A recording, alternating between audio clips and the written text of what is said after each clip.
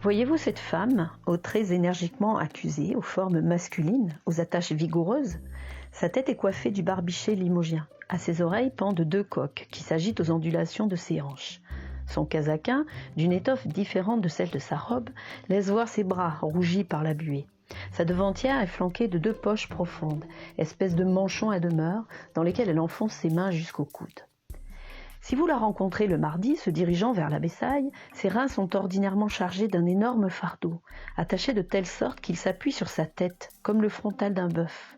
Chaque vendredi, elle rapporte ce même fardeau, dûment lessivé, trié, plié, et le distribue dans toutes les maisons où elle l'avait ramassé au commencement de la semaine. Ses comptes sont vite balancés, et sa serpillière négligemment jetée sous le bras, la main sur les gros sous qui garnissent ses énormes poches, elle reprend d'un pas allègre le chemin de son quartier. Cette femme, c'est la compagne fidèle du Navetot.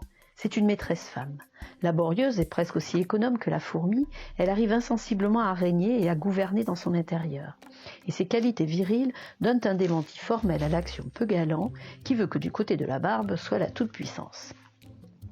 Pour se débarrasser des garçons, on les envoie à l'école. Quant aux fillettes, elles commencent de bonne heure à se rendre utiles. Chargées de faits proportionnés à leur force, elles aident leur mère dans ses courses en ville, rincent et passent au bleu la lessive, sans préjudice des parties de gaminerie dans lesquelles elles ne cèdent en rien aux plus hardies pollutions du quartier. Vers 12 ans, la physionomie de la jeune buandière a quelque chose de particulier qui la ferait reconnaître entre toutes les autres filles de son âge. Vous lui parlez français, elle vous répond en limousin. Et à la rudesse de son accent, vous comprenez de suite que le mot attribué à Cambronne lui soit plus familier que Dieu vous garde. C'est du reste une assez laide chenille, mal peignée et mal attifée. Le papillon n'est pas encore près d'éclore.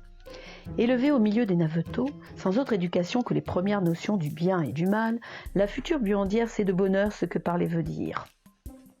Parfois, les voix semblent se taire. Mais les langues ne restent pas oisives pour cela.